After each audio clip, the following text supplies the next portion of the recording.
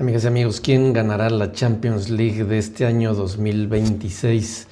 La pregunta pues es un poco más fácil de responder en este año porque desde un principio se veían algunas tendencias que ya se están confirmando en la fase definitoria de este torneo europeo de clubes.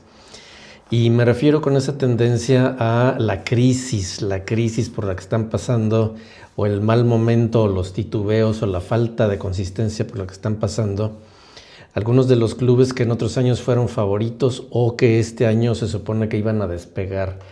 Dentro del primer grupo, digamos, de los que eran favoritos o que eran fuertes contendientes y que en los hechos no lo están siendo, está, por ejemplo, el Manchester City, claro, de Pep Guardiola, que bueno, pues ya no está en la contienda para sorpresa de muchos.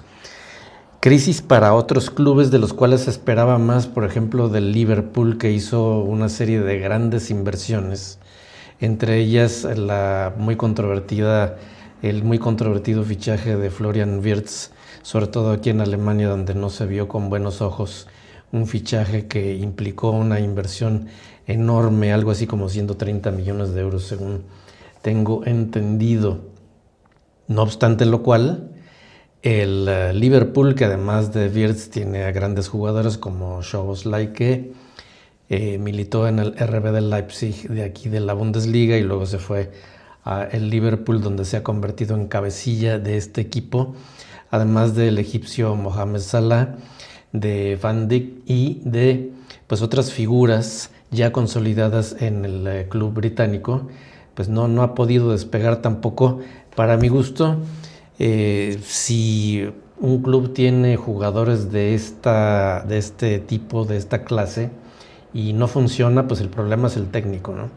Este técnico Slot, también muy controvertido, que podría estar viviendo sus últimos días como técnico del Liverpool si es que el equipo británico no logra avanzar, como pues todo parece indicar. Ya perdió la ida de los cuartos de final contra el Paris Saint-Germain, y bueno, pues si no logra pasar va a ser un problema para este entrenador y posiblemente pues ya no siga.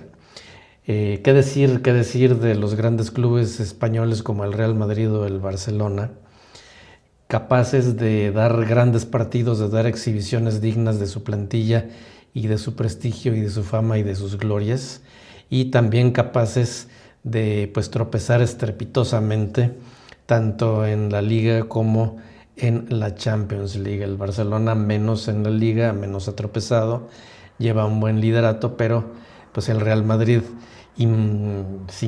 ¿cómo lo diría yo? Pues sin ninguna excusa, porque si tú tienes un equipo con jugadores como Mbappé, como Bellingham, como Camavinga, como Courtois, etcétera, como Valverde, por supuesto. Y bueno, pues si tienes esa plantilla tan consolidada y de todos modos el equipo no funciona, entonces también el problema está en otra parte, y no necesariamente, en el caso del Real Madrid, no necesariamente en el técnico, porque ya vimos que hubo un cambio ahí también muy controvertido de Xabi Alonso por el señor Arbeola, y sin embargo pues el equipo no acaba de levantar a la altura a la que merecería. Todo esto para decir que el gran favorito, y la tendencia se ha consolidado también y ya es reconocida en las últimas semanas, incluso fuera de Alemania, es que el Bayern es el favorito. Porque mientras esto ha sucedido con todos estos demás equipos, el Bayern Múnich lleva una campaña prácticamente perfecta, tanto en Bundesliga como en Champions, donde solo ha perdido un partido contra el Arsenal muy al principio de esta contienda, y contra el cual muy probablemente, según mi punto de vista, se podría enfrentar de nuevo en la final de Champions en Budapest. De todos modos, por el momento, el Bayern de Múnich es el equipo a vencer, sin duda alguna. Ya se reconoce, ya tiene un pie en la semifinal, donde pues se enfrentará al PSG, que también es capaz de hacer grandes cosas, pero también de repente pues no es el mismo de otros años. Así que en su consistencia, me refiero. No es la misma la consistencia del PSG en este momento que la del Bayern de Múnich, un equipo que domina a su antojo la Bundesliga y que pues en Champions ya está demostrando que pues tampoco le tiene miedo a nadie. Ganar en el Santiago Bernabéu no es poca cosa y seguramente refrendará esa victoria en la Allianz Arena de Múnich y le tocará contra el ganador de pues, la eliminatoria entre el PSG y el Liverpool.